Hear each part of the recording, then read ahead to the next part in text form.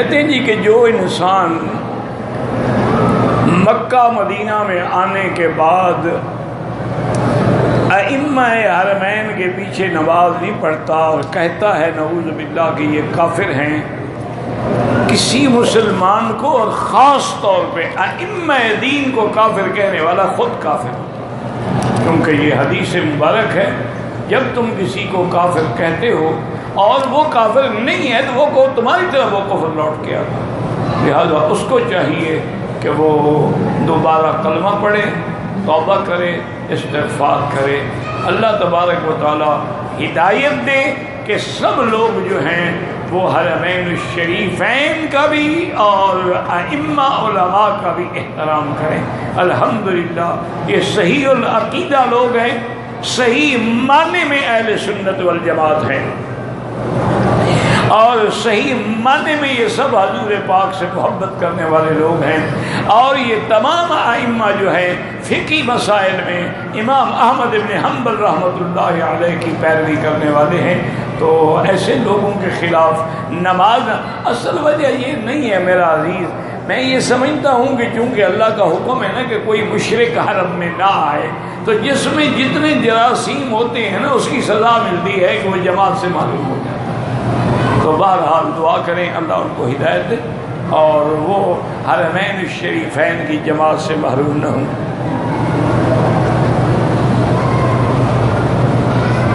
کہتے جی آج کل انٹرنیٹ پر کوئی لڑکی کی آواز ہے جو خطبہ دیتی ہے، نماز پڑھاتی ہے، یہ بھی کفر کی سازش ہے، یہ اغیار کی سازش ہے کہ دیکھو جی اسلام نے تو آپ کو اتنا اونچا مرتبہ نہیں دیا ہے، ہم نے آپ کو دیکھو اس مقام پہ پہنچا ہے، اگر مرد امامت کر سکتے تو عورت کیوں نہیں کر سکتی ہے؟ یہ جہالت ہے۔ یاد رکھیں کہ اگر عورت کو امامت کرنے کا اسلام حق دیتا تو حضور صلی اللہ علیہ وسلم کی وفات کے بعد سب سے زیادہ حق جو ہے وہ سیدہ فاطمہ الزہرا کا رضی اللہ عنہا، لیکن بی بی سیدہ فاطمہ الزہرا تو کبھی گھر سے بھی نہیں نکلی ہے، اور سیدہ فاطمہ الزہرا نے تو خود فرمایا تھا علی سے کہ میرا جنازہ بھی رات میں ہوگی، کوئی میرے جنازے پر بھی نظر نہ ڈالے۔ اصل عورت کے لیے تو حجاب ہے، حیا ہے، پردہ ہے، اسی میں اس کا حسن ہے، اسی لیے کوئی عورت نہ امام بن سکتی ہے، نہ مؤذن بن سکتی ہے، نہ خلیفہ بن سکتی ہے، نہ بادشاہ بن سکتی ہے، اسلام اس کی اجازت نہیں دیتا۔ یہ جو آج کل سازشیں ہیں، ایسی سازشیں ہوتی رہتی ہیں، لیکن انشاءاللہ ایسی سازشیں اپنی موت خود مر جائیں۔ اب مجھے آپ یہ بتائیں کہ ایک مسجد میں پھر کتنی عورتیں امام رکھیں گے؟ کیونکہ اگر عورت کو ایک مہینے میں 10 دن کے لیے حیض آ جائے تو امام تو بدلنا پڑے گا نا، پھر اور امام لے آئیں گے۔ اچھا اگر امام صاحب کا بچہ پیدا ہو جائے تو نفاس کی مدت میں آ جائے، پھر بھی آپ کو امام بدلنا پڑے گا۔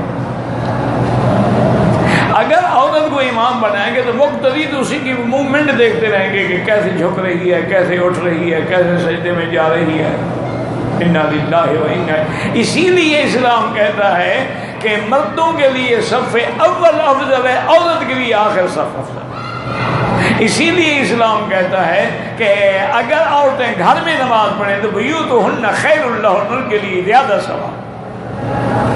تو یہ بھی دراصل یاد رکھے کہ یہ ساری یہود کی سازش، جتنے حضور نے فرمایا تھا نا کہ میری امت 73 فرقے میں بٹ جائے گی، ایک فرقہ جنتی ہوگا ما انا علیہ وسلم، وہ باقی 72 فرقے جو جہنمی ہیں نا ان سب کے ہیڈ جو ہیں وہ یہودی۔ مثلا آپ کے ملک میں شیعہ کا مسئلہ ہے تو شیعہ کا بنیاد کس نے رکھی؟ عبداللہ ابن سبا نے، جو یہودی تھا۔ حسن ابن سبا نے کون تھا؟ یہودی تھا۔ خوارج کی بنیاد کس نے رکھی ہے؟ یہودیوں نے۔ نواسب کی بنیاد کس نے رکھی ہے؟ یہودیوں نے۔ یہ جو فرقے پیدا ہوئے قدریہ اور جبریہ اور مشبہہ اور مجسمہ، تمام فرقوں کے جو بانی ہیں، جو ہیڈ ہیں، وہ یہودی ہیں۔ سازشیں کر رہے ہیں کہ جہاں آپ کی نظر نہیں پہنچ سکتی، کہ انہوں نے باقاعدہ اپنے جوابان تیار کیے ہیں، کچھ مسلمانوں سے خریدے ہیں اور ان کو پورا علم دین پڑھایا ہے، وہی اسلامی شکلیں ہیں، وہی داڑیاں ہیں، وہی بال ہیں، وہی پگڑیاں ہیں، اور مساجد میں مدارس میں ان کو امام بنایا، مدرس بنایا۔ اصل ان کا کام کیا ہے؟ یہ دہشت گردی اور فتنہ کہ مسلمانوں کے ملک میں امن نہ ہونے۔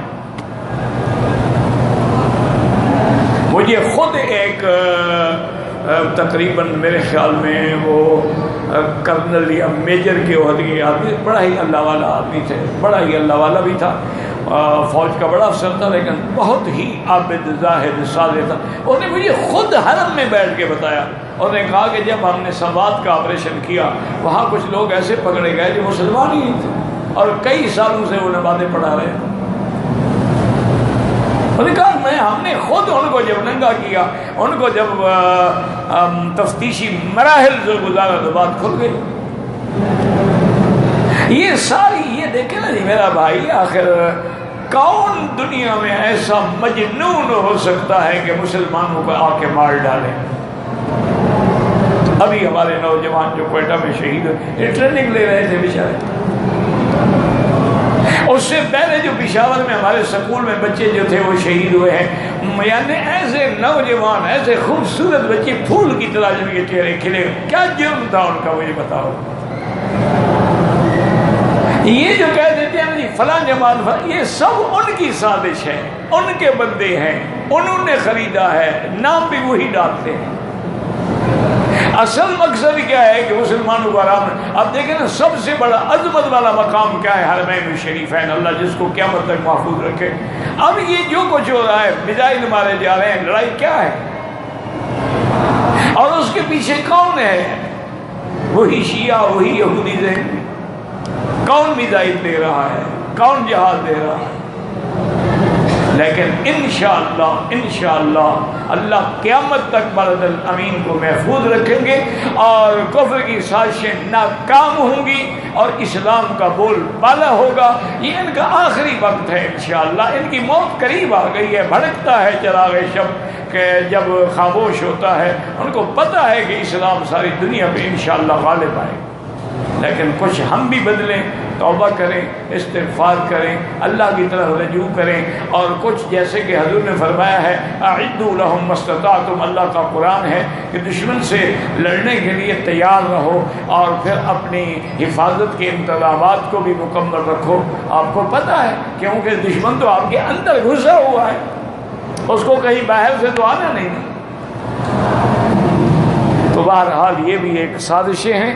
اللہ ہر عالم اسلام کو، مسلمانوں کو بچائے۔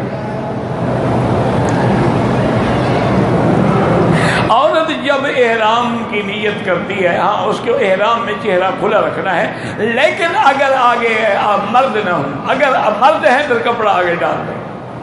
جیسے بی بی عائشہ فرماتی ہے اذا هذین الرجال سدلنا علی وجوہنا، جب مرد قریب آتے ہم کپڑا لٹکا لیتے، جب دور ہو جاتے تو ہم کپڑا ہٹ۔ اور یہی احرام میں چہرہ کھلا رکھے یہ دلیل ہے پردے کی۔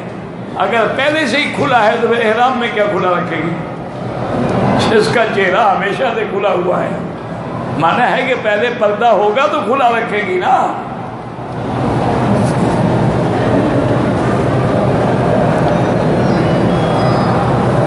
کہتے ہیں کہ جمعہ کے دن اذان کے بعد عورت اپنا کام چھوڑ دے۔ کیوں چھوڑ دے؟ عورت پر تو جمعہ فرض ہی نہیں، واجب ہی نہیں، وہ اپنے گھر میں رہے، کام کرے، سب کوئی کرے، اسے تو ظہر پڑھنی ہے، جمعہ تو پڑھنا ہی نہیں ہے اسے۔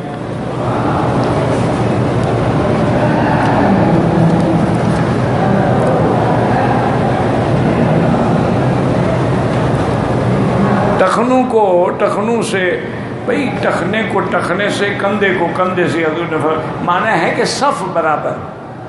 یہ مانا نہیں ہے کہ اس کے پاؤں پہ چڑھ جاؤ، یہ مانا بھی نہیں ہے کہ کندھے سے کندھا ٹکرا کے کھڑے ہو۔ اچھا ایک آدمی کا قد 6 فٹ ہو، ایک کا 4 فٹ ہو، کیسے کندھا ٹکرائے؟ سیڑھی رکھے گا؟ اللہ کے بندے کچھ عقل کرو، قرآن و حدیث کو سمجھو۔ مانا یہ ہے کہ صفیں ٹیڑھی نہ ہوں، برابر۔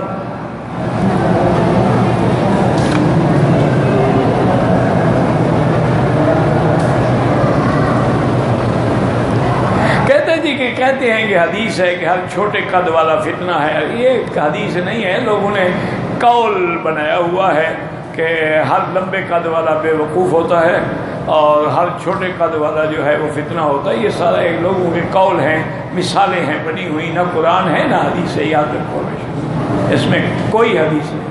اگر ہر لمبے قد والا بے وقوف ہے، یورپ والے تو سارے لمبے قد کے ہیں، وہ بے وقوف ہیں جو ساری دنیا پہ حکومت کر رہے ہیں، یہ کوئی بات ہے؟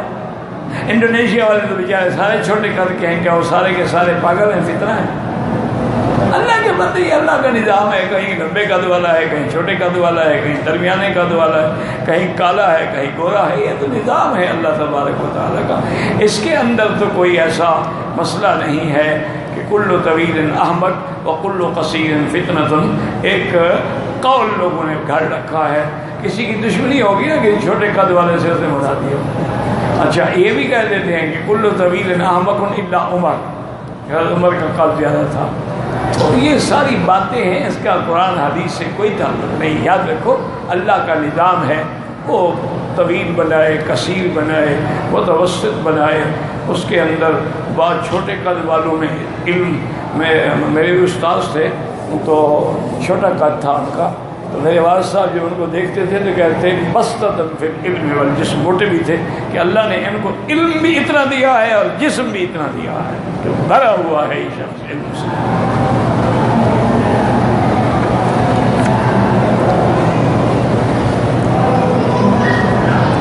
نماز میں جب عورت کھڑی ہوتی ہے تو ضروری نہیں ہے کہ اس کے چہرے پہ کپڑا ہو، نہ ہاتھوں پہ نہ پیروں پہ، اس لیے کہ کوئی ایسا بدبخت بھی ہوگا کہ نماز پڑھتے ہوئے عورتوں کو تاڑتا رہے گا۔ اچھا ایسا ہوگا، پکڑا نہیں جائے گا کہ سب نماز میں کھڑے ہیں وہ عورتوں کو دیکھ رہا ہے، اس لیے وہاں حکم ہے کہ یہ چیزیں اورا میں شامل نہیں ہیں، یعنی ان کے کھلے رہنے سے نماز پہ فرق نہیں آئے گا۔ اگر بال کھلے ہوں نماز نہیں ہوگی، اورا ہے۔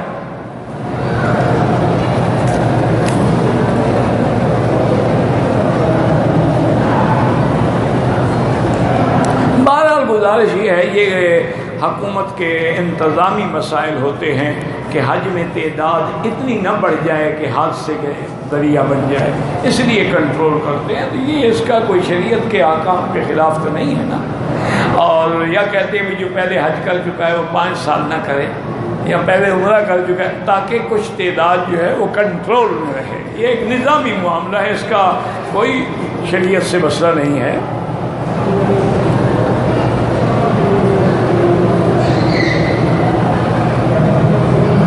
حج فرضی میں قران، تمتع، افراد، ان تینوں میں سے کس کا نیت نہیں کیا؟ کسی کا تو کیا ہوگا نا، نہیں کیا، چلو حج تو کیا، کیا اس سے پہلے عمرہ کیا تھا تو خود بخود تمتع بن گیا، اگر دونوں اکٹھے کیے تھے تو خود بخود قران بن گیا، اور صرف حج کیا تو خود بخود افراد بن گیا۔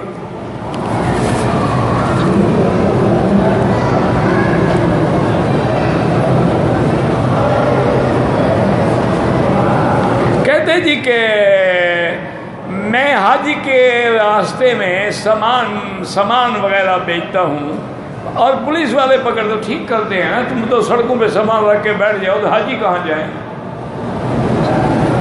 تم نے تو فٹ پاتھ سارے روک لیے، حاجی کہاں چلیں؟ اور پھر تم جو بستے لگاتے ہو، دکاندار تو بیچارے رول جاتے ہیں کہ انہوں نے لاکھ ریال کرایہ بھرا ہوا ہوتا ہے اور تم نے تو کرایہ دینا نہیں، تو کیا صرف اپنا فائدہ سوچتے ہو، باقی مسلمانوں کا نہیں سوچتے ہو؟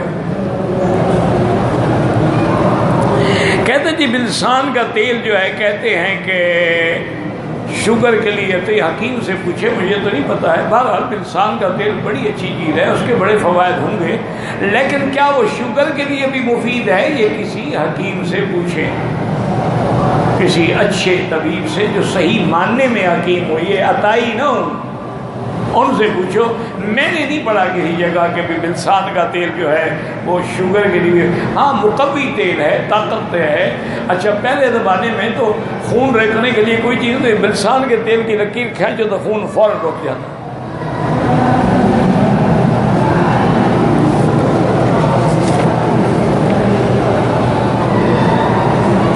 کہتے جی کہ چاروں اماموں کا طریقہ بالکل ٹھیک ہے، صحیح ہے، بالکل کوئی شک نہیں، لیکن جس آدمی نے جس امام کی کتابیں پڑھی ہیں اسی کو ترجیح دے گا۔ اصولی بات ہے کہ باپ تو سب کے ٹھیک ہے، لیکن اپنے باپ کی ہر کوئی تعریف کرے گا۔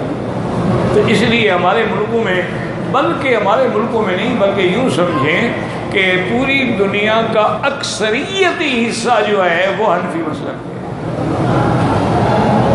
کیونکہ آپ دیکھ لیں کہ پاکستان ہے، ہندوستان ہے، بنگلہ دیش ہے، اچھا اسی طرح ترکی ہے، ماوراء النہر ہے، بخارا ہے، تاجکستان ہے، سب حنفی ہیں۔ بھائی رفع یدین کو فرض تو ہے نہیں، جو کرتے ہیں وہ بھی مستحب سمجھتے ہیں۔ امام ابو حنیفہ رحمۃ اللہ علیہ رفع یدین نہ کرنے کے قائل۔ طلاق کا اسلامی طریقہ کیا ہے کہ عورت جب پاک ہو اور اس میں میاں بیوی ملے بھی نہ ہو، ایک طلاق دے، بس طلاق ہی دینی ہے نا، تم کیوں 3 گولیاں مارو؟ جب آدمی ایک گولی سے بھی مر جاتا ہے تو ضروری برسٹ مارنا ہے اس کو، ایک طلاق دو بس، رجوع ہو گیا الحمدللہ، نہ ہوا عدت گزر گئی چلی جائے گی۔ اگر اور پھر کوئی ایسی حالت پھر اگلے طہر میں جا کے دوسری طلاق دے۔ کہتے جی کہ اگر اس کو نکاح میں لانے کے لیے اگر ایک طلاق ہے یا 2 ہے تو وہ ایک میں تو رجوع کر سکتا ہے، 2 طلاق ہے اس میں بھی رجوع کر سکتا ہے، اگر 3 طلاقیں دے دی پھر واپس نہیں لا سکتا، جب تک کہ وہ عورت اپنی مرضی سے کسی جگہ شادی کرے اور وہ خامند مر جائے یا اپنے منشے سے طلاق دے، وہ ایک رات کا خامند نہ ہو۔ اس پر اللہ کے نبی نے لعنت بھیجی ہے کہ لعن اللہ المحلل والمحلل له، حلالہ کرنے والا اور کرانے والا دونوں پہ لعنت۔ اصل آپ سمجھتے نہیں اسلام کا منشا مصیبت۔ مجھ سے ایک جسٹس تھے، ان نے پوچھا کہ وکیل صاحب ہم یورپ میں جاتے ہیں سیمینارز وغیرہ میں، وہاں کوئی قانونی میٹنگز ہوتی ہیں، ہم بڑے پریشان ہوتے ہیں جب وہ یہ کہتے ہیں کہ بھی خامد نے اگر 3 طلاقیں دی ہیں تو گناہ تو خامد نے کیا ہے۔ اسلام سزا عورت کو دے رہا ہے کہ وہ پہلے کسی اور کی بیوی بنے، خامد کو تو کوئی سزا نہیں ملی۔ تو اس میں ہم بڑے پریشان ہوتے ہیں۔ تو میں نے عرض کیا، انہوں نے کہا جسٹس صاحب گزارش یہ ہے کہ پہلے اسلام کا منشا سمجھو۔ اسلام یہ کہتا ہے کہ جس ظالم نے تمہیں 3 طلاقیں دی ہیں اس بدبخت کے پاس واپس نہ جاؤ۔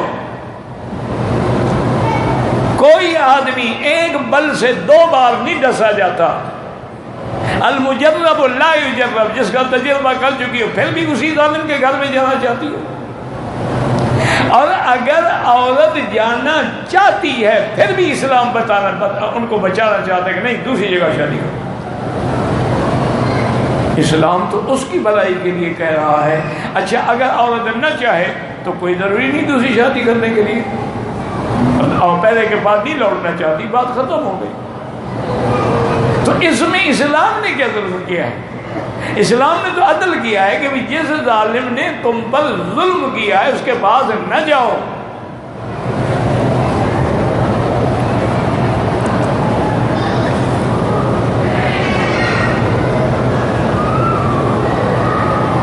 کہتے ہیں جی کہ مجھ سے کسی نے پوچھا ہے کہ ایک مشت داڑھی رکھنا جو ہے کون سی حدیث میں لکھا ہوا ہے؟ میرا بھائی پہلے سمجھا کرو کہ اگر کسی مسئلے پر ائمہ 4 متفق ہو جائیں تو وہ لازماً سنت ہوتی ہے۔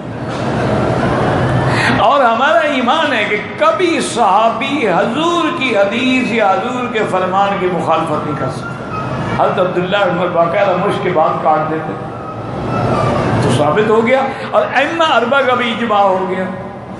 اور حضور کی داڑھی مبارک بھی سینے تک آتی تھی، نیچے نہیں تھی۔ تو اس سے ائمہ 4 متفق ہیں اس بات پر، اور ان کے پاس صحابہ کا عمل بھی ہے، سرکار دو عالم کی اپنی داڑھی مبارک بھی ہے، اور اسی پر پوری امت کا اتفاق بھی ہے۔